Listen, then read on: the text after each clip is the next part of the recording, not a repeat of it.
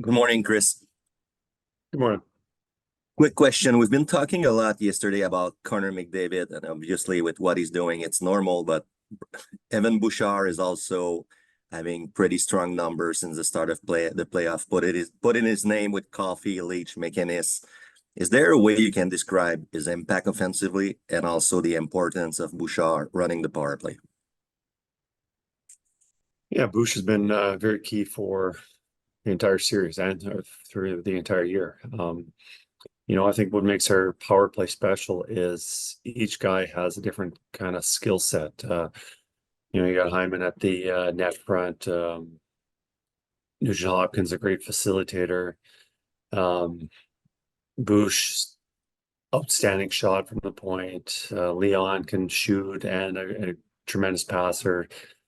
Connor kind of plays rogue all over the ice, seeing plays and kind of setting everything up. I think a lot of it, the attention, when you have a big shot at the top, just takes away a lot of, it creates a lot of tension for the opposition with their penalty kill. And also, now he does have a shot, but he's also a very smart hockey player who sees the ice really well and can make that next pass. Go next to Stephen. Go ahead, Stephen. Thanks, Bob. Good morning, Kris. We obviously do talk a lot about Connor McDavid, and Jeff's right. Was there a moment when you coached him in Erie where you realized he was that kind of game-changing sort of player? Was there a moment when you were first coaching him where you realized that he had this sort of play in him? Um, you know, the first half of the year, 17-year-old, it was a pretty good year. He had an injury, he lost a lot of time. He came back just in time for the World Junior tournament. And then when he came back from that tournament, he absolutely demolished the league. He just took it to another level. And then probably took it a step further during the 2015 semifinals against Sault Ste. Marie. I believe he set a record for points in a series. And, Sault Ste. Marie had a tremendous team. Stepped his game up again. We'll go next to Guillaume.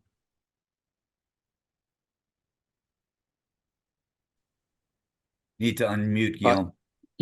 Hi, Kris. We all see what Connor Brown is able to do on the ice, but what has he meant to this team in terms of leadership, especially since you guys are done 3-0? His play right now has been exceptional. He's been contributing 5-on-5. Penalty kill has been tremendous. He's been helping our team in a lot of areas. But as for the leadership, you see a player, and we've got a few of them this year, who've gone through some adversity this year. And probably no one's gone through as much adversity as Connor Brown with his injury from last year and coming here and signing the contract and getting off to a slow start. And it just took him a while to build his game. And, this should be expected because of his injury. And he just continually got better throughout the season. And even mid-season, he wasn't putting up the points, but he was making an impact and doing a lot of things that he'd done in the past. And, he stuck with it. And it's so nice to see the guy stick with it after going through so much adversity. And right now, there's been a lot of headlines, and rightfully so, how well he's been playing. Go next to Hannah. Morning. So whether it's the power play improving, Skinner's been playing great, or even solving Bobrovsky, what do you think has changed that's allowed you guys to get better as the series has gone deeper? I think with his team, just how well they handle adversity. Some teams handle adversity, they shut down, they tense up, they just start not play their usual game. And I think with this team, they've seen so much adversity over the past, and it just elevates their game. I think right now we're playing on house money.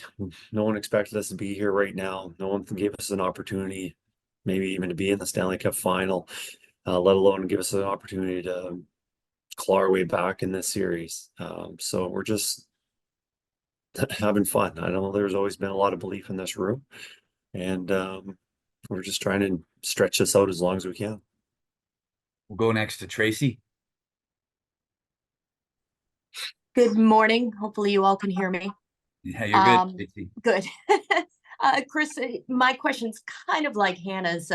This team has talked about its resilience a lot.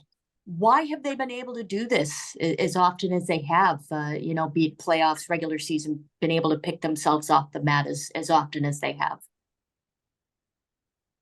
I think just you look back in November where this team hit, pretty much rock bottom. The expectations were very high from the outside and definitely inside, wanting to have a successful season, and it getting off to a slow start.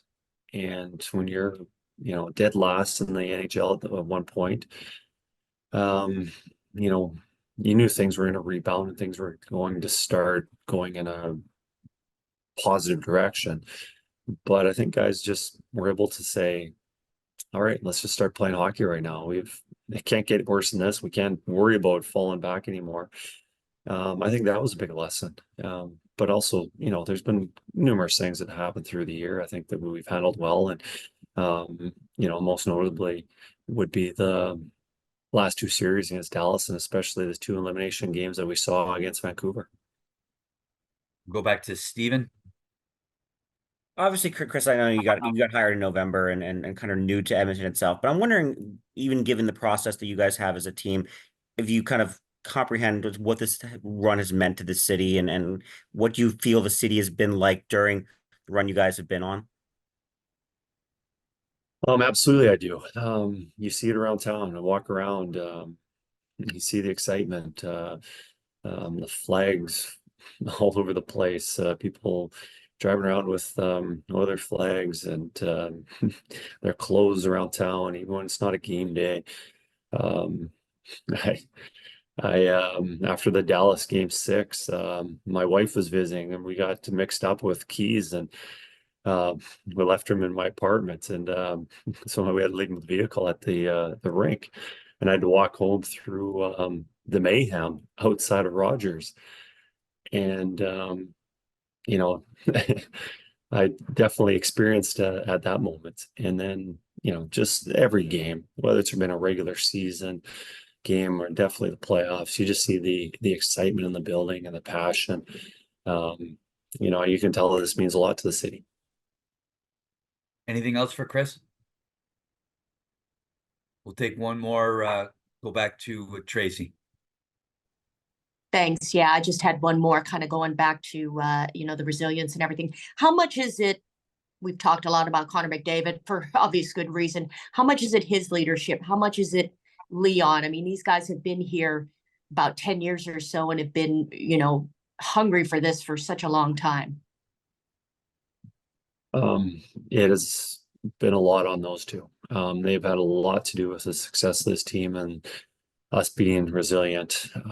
They're very driven, obviously driven to be successful individually, but also wanting the team to have success and playing the right way. And, for superstars to dump the puck in and forecheck and back check and finish checks, they've been all committed and bought into doing that. And when your two-star players play that system, the rest of the team has no choice but to tag along and and do the little things that are required to be successful. One more quick one, JF. Yeah, thanks, Bob. Before game 4, Kris, you told us that Don Pete was able to talk to the players. I'm curious to know, do you remember one maybe emotional speech by one of your own players, or have you done Hollywood kind of speech since you're down 3-0? We've had some conversations with individual players, with the team, and just, I think that stuff just stays in our dressing room.